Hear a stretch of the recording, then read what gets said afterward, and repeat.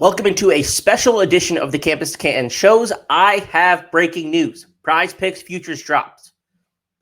That means we're going to win some money this offseason.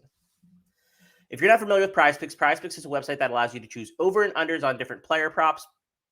For example, receiving yards, rushing yards, touchdowns, etc. We have a deal with PrizePicks at C2C. If you deposit anything up to $100, PrizePicks will match. And using promo code C2C, you get $20 towards any subscription tier you want at the site. So if you want to join in our walk-on tier, it's only going to cost you $9. You want to join in our NIL tier, you get $20 off that as well. A ton of different options using promo code C2C. So let's talk about some of our favorite lines, actually. With the futures that just dropped last night, I think there's a ton of value in the bone that the general public hasn't caught up to. So we're going to be able to take advantage quick. We've already seen a little bit of movement, but not too much. I think these lines will move at some point, but if we get in early, I think we're going to do pretty well. Let's start with passing yards. First number that jumps out is Caleb Williams being way too low. 3,010.5 yards. We're on the over here. Pretty easily, actually, because I think that he only has to pass for 250 yards per game to get there. He has Jordan Addison. He has Mario Williams. He has a bunch of great tertiary options as well. He's a great pass catching back in Travis Dye. This offense is going to be humming. Caleb Williams is an excellent quarterback in his own right. But the real kicker and the reason why we have to go over here is that the defense is terrible. That's going to be the Achilles heel of this USC team this year. They're going to be in a lot of shootout games, I think. I'm looking at 4 or 5 on their schedule.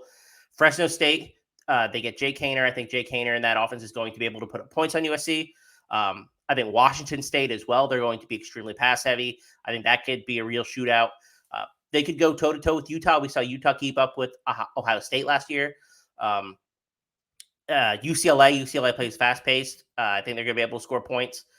And then I think Arizona, if they take an offensive jump, that they're going to be able to put up points. So we got 5 or 6 legit shootout potential games where Caleb Williams could go for over 400 yards. This is an easy smash. This is about I don't say a couple hundred, but it's pretty low. Second one is Sam Hartman. I feel similarly about Sam Hartman for a lot of the same reasons. This is a really good offense. Wake Forest always ranks top 5 or 10 in neutral game script pass rate, which means that they want to throw in totally neutral situations. That's the tendency of the Dave Clawson offense. And they're always very fast paced. I think last year they ranked 3rd or 4th in plays per minute, almost 2.7 plays per minute. This is an extremely fast paced offense that wants to be passing. And they have a good schedule. Last year he threw for 302 yards per game. The schedule isn't all that different. There's a lot of shootout potential in the ACC. There's a lot of good quarterback play in the ACC. I think this number's too low. Again, just like Caleb Williams, this defense is bad. People can put up points on Wake Forest. Almost anyone can and did last year. We saw Clemson drop a 40-burger on them. Clemson was one of the worst offenses in the country. So Army put up almost 50 points on them. Again, bad defenses, great quarterback play, great weapons. A.T. Perry, Donovan Green's back this year. There's a lot working for both of these quarterback overs. Going to running backs. A lot of these lines are actually pretty good. The one that is fishy to me, and maybe fishy isn't the right word, but we got to go under on Chris Rodriguez here. Chris Rodriguez is in the midst of a NIL battle, let's call it, with the University of Kentucky. There's a lot of bad blood in that locker room. He did come off a potential DUI situation. There's a lot working negatively in Chris Rodriguez's favor, and I would not be surprised if they looked elsewhere, like Kevion Smoke, to shoulder more of the load this year.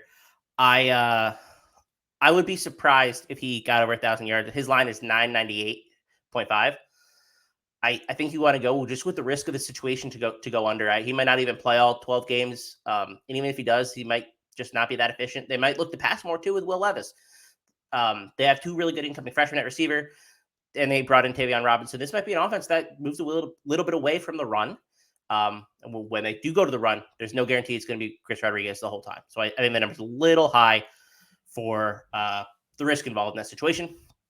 I also think there's a good chance Sean Tucker goes under. His line is 1275.5. That's pretty high. That's over 100 yards per game for him. And this offense is going to be very different this year as well. The total scheme, I think, is going to change. They bring in Robert Ane. Ane was the offensive coordinator for Virginia last year, who under Bronco Mendenhall threw all over the place. I think this offense is going to pass a lot more than we've seen previously. And Tucker's schedule last year was actually like very favorable out of conference. They had Ohio, Rutgers, Albany, Liberty to start. Like that's a very cakewalk schedule for any player. This year it's UConn, okay, Perdue, who I think is much better than the four listed previously, and Wagner, which is a great matchup. It's not the same level. He has two really good matchups instead of four really good matchups. I really do think that we're going to see Tucker take a step back from that 1275. I still think he'll be over 1,000, but that's a little too aggressive with the incoming change in offensive philosophy and the schedule just being a little bit tougher this year. Those out-of-conference games where he piled up, he could pile up 200 yards. Those don't exist in the same capacity. He's not going to get Albany and Ohio. He's not going to get Rutgers. He's going to get UConn. He's going to get Wagner. But those other two games are a big swing for him, so I think we have to go under here. Let's go to receiver. I think there's two really good numbers here. First is Jermaine Burton. He's the transfer in from Alabama. He is at 889.5. I think that is way too low for him. They brought him in to be the wide receiver one on this team. This offense is going to pass for 3,500 yards probably. I think he's the wide receiver one there. 20% target share. I don't think it's crazy to see him go over 1,000 yards. He's an explosive downfield option. He's fast. He's great athleticism. They're projecting Bryce Young to have 3,681.5 yards. He has to throw it somewhere, and I think Jermaine Burton is coming in as the best receiving option on that team, and they brought him in for a reason. So I think 889.5 is too low, and I actually expect this one to get close to 1,000 by the time the season starts. So this is one that I definitely think will move. Another interesting one, and I haven't decided if I'm going to totally buy into the over, but I think the way that I currently lean is over, is Marvin Harrison Jr., 906.5. Again, this offense is projected to go for 3,800 yards, probably almost 4,000 passing yards. He's going to be the wide receiver too. All reports out of camp indicate that he is the other option alongside Jackson Smith and Jigba. And this offense just supported 3,000-yard wide receivers last year. They're not going to have three again, but there's a very good chance they have two. And I think that second option is probably going to be Marvin Harrison. I think Emeka Egbuka is going to be involved. I think Julian Fleming is going to have a little bit of a role. But Harrison is the wide receiver two. And I'm going to bet an offense that supported 3,000-yard receivers can support two. JSN's going to get his. He's projected at 1,400. That's a lot. I'm not going there. But I am going to go secondary option to Marvin Harrison Jr. I think that he's a good player. I think that he is going to get that 1,000 yards. And he doesn't even need to get 1,000 yards for this prop to hit. 906.5 is a great number to get him at. I expect this, like Burton, to go back over what we're looking at. That's 5. I think you can build your lineups around. There's a couple others that are interesting, but none that really stick out to the same level that those do. I think there's a lot of good cases to be made for some of these props, and I'm excited to really start getting back into the prize picks. Prize picks was a big part of what we were doing last season. You're going to see a lot of that on the morning show. Use the promo code C2C if you haven't signed up with prize picks yet. It's a ton of fun. You can win 2x, 3x, 4x, 5x, depending on how many of these you submit in one time. The beauty of it is, even if you get 4 or 5 or you get 3 or 4, you still get some money back. PrizePicks is a great way to play daily fantasy for a lot of people. It's a ton of fun. We're talking about it on our morning shows. We're talking about it in the Discord. Use promo code C2C.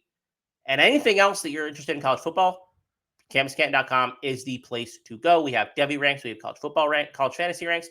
We have C2C ranks. We have almost 1,000 players ranked on our site. We have 3 different guides that just came out, especially the C2 CFF guide, which is going to help you with some of these props. A lot of the stats that I gave you and a lot of the insight that I gave you is from the CFF guide. Again, let's just win some money. Let's do it. This is the lines are soft. Let's take advantage, folks.